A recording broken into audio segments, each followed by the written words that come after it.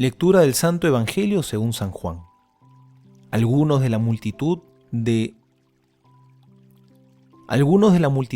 que lo habían oído opinaban: este es verdaderamente el profeta. Otros decían: este es el Mesías. Pero otros preguntaban: ¿acaso el Mesías vendrá de Galilea? ¿No dice la Escritura que el Mesías vendrá del linaje de David y de Belén, el pueblo de donde era David? Y por causa de él se produjo una división entre la gente. Algunos querían detenerlo, pero nadie puso las manos sobre él. Los guardias fueron a ver a los sumos sacerdotes y a los fariseos, y estos les preguntaron: ¿por qué no lo trajeron? Ellos respondieron: nadie habló jamás como este hombre. Los fariseos respondieron: ¿también ustedes se dejaron engañar? ¿Acaso alguno de los jefes o los fariseos hemos creído en él? En cambio, esa gente que no conoce la ley está maldita. Nicodemo, uno de ellos, que había ido antes a ver a Jesús, les dijo: ¿acaso nuestra ley permite juzgar a un hombre sin escucharlo antes para saber lo que hizo? Le respondieron: ¿tú también eres Galileo? Examina las Escrituras y verás que de Galilea no surge ningún profeta. Y cada uno regresó a su casa. Palabra del Señor, gloria a ti, Señor Jesús. Todos conocemos el momento en el cual toman preso a Jesús, traicionado por Judas mientras rezaba en el huerto de los Olivos. Sin embargo, esta no había sido la primera vez que habían intentado apresarlo. Acabamos de escuchar en este pasaje cómo enviaron a los guardias del templo para tomarlo. Sin embargo, no lo hicieron. ¿Qué ocurrió con ellos? ¿Qué fue lo que los detuvo? Sabían quién era Jesús, sabían dónde estaba, y ni siquiera estaba armado. El problema fue que se toparon con algo que ellos no esperaban. Escucharon su palabra. Escucharon al Señor hablando, esa palabra de Dios que entra hasta lo más profundo del corazón. Nunca hemos oído hablar a alguien así, dijeron. Habla como quien tiene autoridad, se dirá en otro momento. Sus palabras se clavaban como un dardo de fuego en el corazón, cuestionaban la vida, removían el alma. Se habían olvidado de darles una advertencia a estos guardias, que para apresar a Jesús tenían antes que endurecer el corazón y taparse los oídos, porque no hay otra. O si no, veamos ese otro personaje que aparece el día de hoy, que tiene una actitud parecida, Nicodemo. Él ya conocía a Jesús, lo había visitado en la noche y quedó impresionado por sus palabras. Creía en él y sabía que estaba en la verdad, probablemente muy parecido a lo que pensaron y sintieron los guardias. Pero en el momento difícil, cuando traman apresarlo, solo tiene unas cuantas palabras de jurista bien intencionado para defender al Señor. Y cuando lo toman preso, ya no se atrevió a decir nada más. No nos hagamos nosotros los sordos, no nos tapemos los oídos. Ya hemos conocido al Señor, ya lo hemos escuchado, su palabra ha tocado nuestro corazón. Hemos descubierto que son palabras de vida eterna. Que no sean entonces solamente palabras bonitas que han pasado por nuestros oídos, que se manifiesten en nuestro compromiso con el Señor, en dar la cara por nuestra fe, en dar testimonio auténtico de vida cristiana en los momentos buenos y también en los difíciles. Finalmente, Nicodemo, al ver la muerte del Señor, reaccionó. Dice la Escritura que tomó su cuerpo para embalsamarlo, probablemente ante la sorpresa y la burla de muchos. En esta Semana Santa, encontrémonos con Jesús muerto y resucitado y reaccionemos. Comprometámonos con el Señor Jesús. Soy el Padre Juan José Paniagua y les doy a todos mi bendición en el nombre del Padre y del Hijo y del Espíritu Santo. Amén.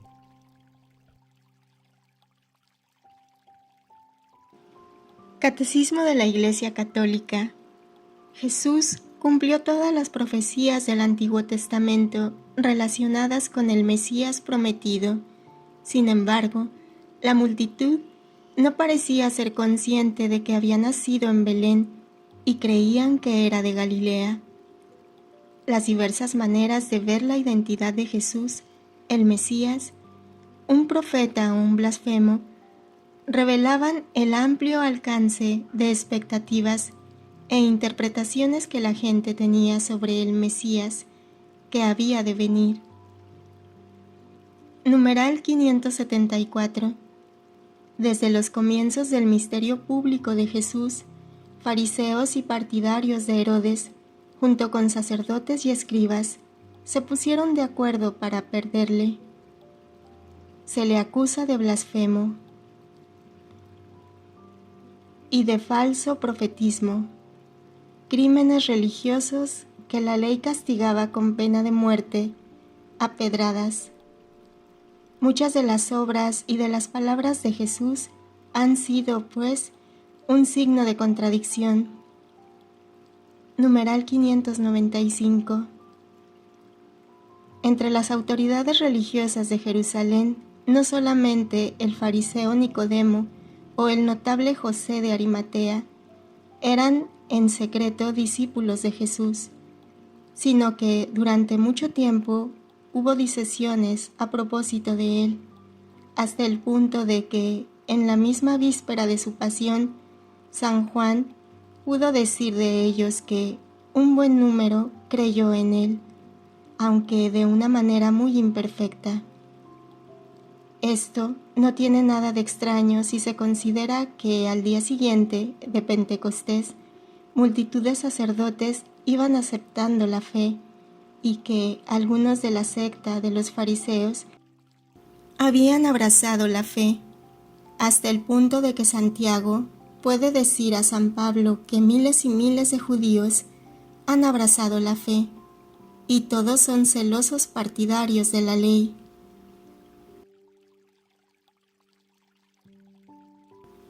Juan 7:41. ¿Acaso el Mesías vendrá de Galilea? ¿No dice la Escritura que el Mesías vendrá del linaje de David y de Belén, el pueblo de donde era David? Descendencia, prefigura, dones. Volumen 21, abril 8, 1927. Hija mía, las más grandes figuras del Antiguo Testamento, mientras eran figuras y figuraban al futuro Mesías, encerraban al mismo tiempo los dones, la figura, y simbolizaban todos los dones que habrían poseído los hijos del Fiat Supremo. Adán fue la verdadera y perfecta imagen, cuando fue creado, de los hijos de mi reino. Abraham fue símbolo de los privilegios y del heroísmo de los hijos de mi querer, y así como llamé a Abraham a una tierra prometida que manaba leche y miel, haciéndolo dueño de aquella tierra, tierra tan fecunda que era envidiable y ambicionada por todas las otras naciones, era todo símbolo de lo que habría hecho con los hijos de mi voluntad. Jacob fue otro símbolo de ellos, porque descendiendo de él, las 12 tribus de Israel debían nacer en medio de ellos el futuro Redentor, que debía reanudar de nuevo el reino del Fiat divino a mis hijos. José fue símbolo del dominio que habrían tenido los hijos de mi voluntad, y así como él no dejó morir de hambre a tantos pueblos y aun a sus ingratos hermanos, así los hijos del Fiat divino tendrán el dominio y serán causa de no dejar perecer a los pueblos que pedirán de ellos el pan de mi voluntad. Moisés fue figura de la potencia, Sansón símbolo de la fuerza de los hijos de mi querer. David simbolizaba el reinar de ellos. Todos los profetas simbolizaban la gracia, las comunicaciones, las intimidades con Dios, que más que ellos habrían poseído los hijos del Fiat divino. Mira, todos estos no eran más que símbolos, figuras de ellos. ¿Qué será cuando sean puestas fuera la vida de estos?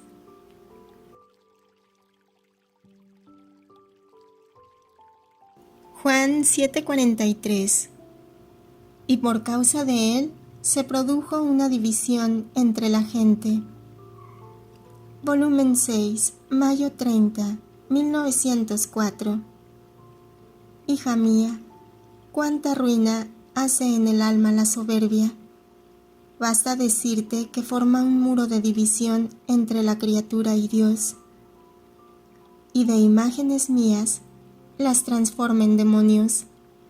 Y además, si tanto te duele y te desagrada que las criaturas sean tan ciegas que ellas mismas no entiendan ni vean el precipicio en el cual se encuentran, y tanto deseas que yo las ayude, mi pasión sirve como vestido al hombre, que le cubre las más grandes miserias, lo embellece y le restituye todo el bien que por el pecado se había quitado y había perdido, por lo cual yo te hago don de mi pasión, a fin de que te sirva a ti y para quien quieras tú.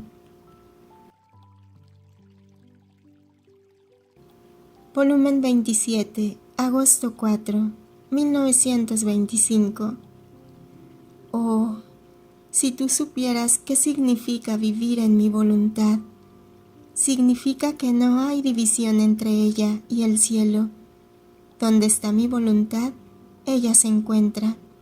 Sus actos, sus penas, sus palabras están en acto y obrantes en cualquier lugar donde se encuentra mi voluntad. Y como se encuentra por todas partes, el alma se pone en el orden de la creación y está, gracias a la electricidad del supremo querer, en comunicación con todas las cosas creadas. Y así como las cosas creadas están en orden y armonía entre ellas, la una es el sostén de la otra, ni siquiera una puede apartarse, y jamás sea, si se apartara una sola cosa creada por mí, la creación se trastornaría toda.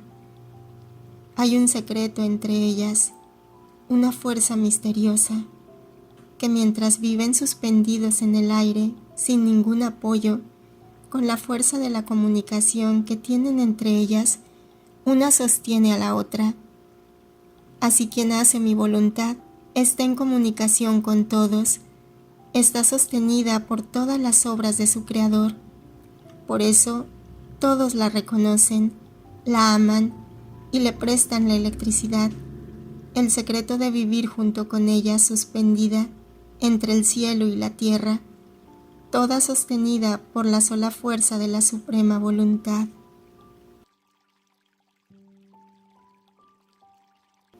Juan 7:47. Los fariseos respondieron: ¿también ustedes se dejaron engañar? Volumen 31, noviembre 27, 1932. Hija bendita, un acto tiene más valor cuando se conoce el bien que hay dentro, y cuanto más se conoce, tanto más adquiere, porque la criatura hace aquel acto en base al valor que conoce. Y nuestra paterna bondad no sabe engañar, ni burlar a ninguno. Si hacemos conocer que está aquel valor en aquel acto, es porque queremos dar el valor por nosotros manifestado, y la señal cierta es el mismo conocimiento que ya posee por sí misma aquel valor. Nosotros hacemos como un rey que toma un papel que no tiene valor y escribe: don de 100, don de 1000, don de 1.000.000. El papel sigue siendo el mismo, tiene la misma forma, pero según el número, así posee su valor. Por eso, quien da el valor al papel es el número y la imagen del rey, el cual sirve como moneda del reino. Ahora, así hacemos nosotros. El papel es el acto de la criatura. El conocimiento es nuestra imagen divina. El valor es el número que ponemos. Por lo tanto, ¡qué maravilla! Si decimos que un acto solo en nuestra voluntad supera en valor a todos los actos juntos de todas las otras criaturas hechas fuera de ella. Es nuestra imagen que se acuña sobre el papel en el acto humano, y el valor de nuestro conocimiento que le pone el número. No somos nosotros libres de poner el número que queremos sobre el papel del humano querer. Si es libre el rey de poner el número que quiere sobre el vilísimo papel, mucho más nosotros para formar la moneda que debe correr en nuestra patria celestial. Además de esto, nuestra voluntad fue un don gratuito que dimos al hombre. Nada nos pagó para tenerlo, ni él tenía monedas o medios suficientes para pagarnos, sino el vilísimo papel de su voluntad humana, que por su desventura ni siquiera nos la quiso prestar para poder tener nuestro gran don. Y además, nosotros éramos su Padre tiernísimo y amadísimo, y entre padre e hijos no se hacen cuentas, porque se sabe que el Padre debe dar a los hijos, y ellos están obligados con deber de justicia a amar y tener con estima lo que les dé el Padre. He aquí por qué la necesidad de los conocimientos sobre la divina voluntad, y los revelamos poco a poco, a fin de que la criatura aprecie este don tan grande que gratuitamente le queremos dar. El conocimiento genera el apetito, el deseo de conocer más, y el humano querer se dispone poco a poco a recibir la transformación, la unificación de la divina voluntad, y nosotros, sin hacer cuentas, ni fijarnos si nos puede pagar o no, ponemos nuestra imagen y el número incalculable de un valor divino, y estaremos contentos al ver a nuestros hijos ricos y felices con nuestra misma felicidad y riqueza divina.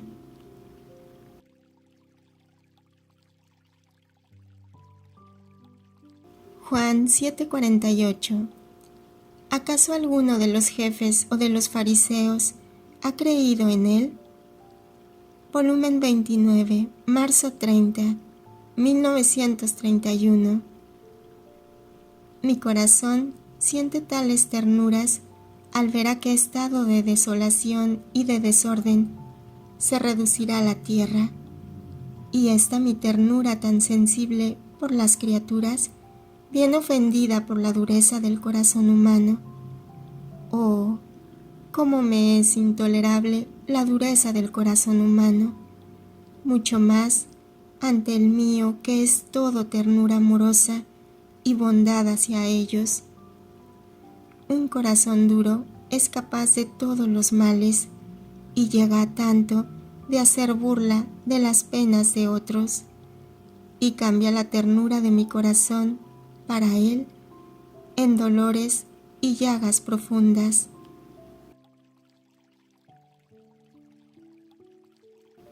Volumen 25, octubre 10, 1928. Todo lo que te he dicho yace en el anonimato. Yo siento una opresión sobre mi corazón que me comprime e impide que mis llamas se eleven y hagan su camino. Por eso, en cuanto oí leer y tomar la decisión de ocuparse para publicarlos, me sentía quitar la pesadumbre y quitar el peso que comprimen las llamas de mi corazón. Por eso, latía más fuerte y exultaba, y te hacía sentir la repetición de todos aquellos excesos de amor.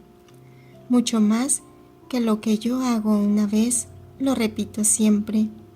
Mi amor reprimido es una pena para mí, de las más grandes, que me vuelve taciturno y triste, porque no teniendo vida, mis primeras llamas, no puedo sacar fuera las otras que me devoran y me consumen, y por eso a aquellos sacerdotes que se quieren ocupar en quitarme esta pesadumbre con el hacer conocer mis tantos secretos con publicarlos, yo les daré tanta gracia sorprendente, fuerza para hacerlo y luz para conocer. Ellos por primeros, lo que harán conocer a los demás yo estaré en medio a ellos y guiaré todo.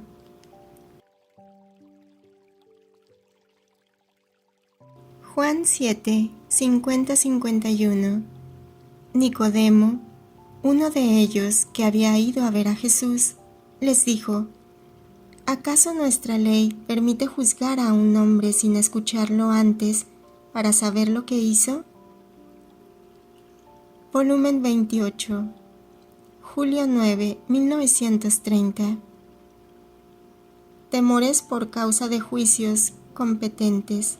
Respuesta de Jesús y sus enseñanzas. Pero te digo que los conocimientos sobre mi divina voluntad no quedarán sepultados. Ellos son parte de mi vida divina y como vida no están sujetos a morir. A lo más podrán quedar escondidos, pero morir jamás, porque es decreto de la divinidad que el reino de mi divina voluntad sea conocido. Y cuando nosotros decretamos, no hay potencia humana que nos pueda resistir. A lo más será cuestión de tiempo, y a pesar de las oposiciones y juicios en contra de estas personas competentes, yo me haré camino, y si estos con sus juicios querrán sepultar tanto bien y tantas vidas divinas de mis verdades, yo los pondré a un lado y me haré camino, disponiendo a otras personas más humildes y simples y más fáciles para creer en mis modos admirables y múltiples que yo uso con las almas, y con su simplicidad, en lugar de encontrar cavilaciones y dificultades, reconocerán como don de cielo lo que yo he manifestado sobre mi divina voluntad, y estos me servirán admirablemente para propagar en el mundo los conocimientos sobre mi fiat. ¿No sucedió lo mismo en mi venida sobre la tierra? Los sabios, los doctos, las personas de dignidad no quisieron escucharme. Es más, tenían vergüenza de acercárseme. Su doctrina les hacía creer que yo no podía ser el Mesías prometido, en modo que llegaron a odiarme, y yo los hice a un lado y escogí humildes, simples y pobres pescadores, los cuales me creyeron, y me serví admirablemente de ellos para formar mi iglesia y propagar el gran bien de la redención. Así haré de mi divina voluntad. Por eso, hija mía, no te abatas al oír tantas dificultades que ponen. No nos separemos en nada de lo que pasa entre tú y yo, y sigue haciendo lo que te he enseñado, que hagas en mi divina voluntad. Extracto de la 10ª hora. Jesús es presentado a Anás. Te encuentras en aquel momento en que Anás te interroga sobre tu doctrina y tus discípulos, y tú, oh Jesús, para defender la gloria del Padre, abres tu sacratísima boca y con voz sonora y llena de dignidad respondes: yo he hablado en público y todos los que aquí están me han escuchado. Ante estas dignas palabras tuyas, todos tiemblan, pero es tanta la perfidia que un siervo, queriendo honrar a Anás, se acerca a ti y te da una bofetada con la mano, tan fuerte de hacerte tambalear y ponerse pálido tu rostro santísimo. Mi Jesús, te abrazo, es más, quiero hacer un apoyo con mi ser. Te ofrezco mi mejilla con ánimo y pronta a soportar cualquier pena por amor tuyo. Te compadezco por este ultraje y junto contigo te reparo las timideces de tantas almas que fácilmente se desaniman, por aquellos que por temor no dicen la verdad, por las faltas de respeto debido a los sacerdotes y por todas las faltas cometidas por murmuraciones. Jesús, te amo. Extiende tu reino en cada corazón de criatura. Fiat.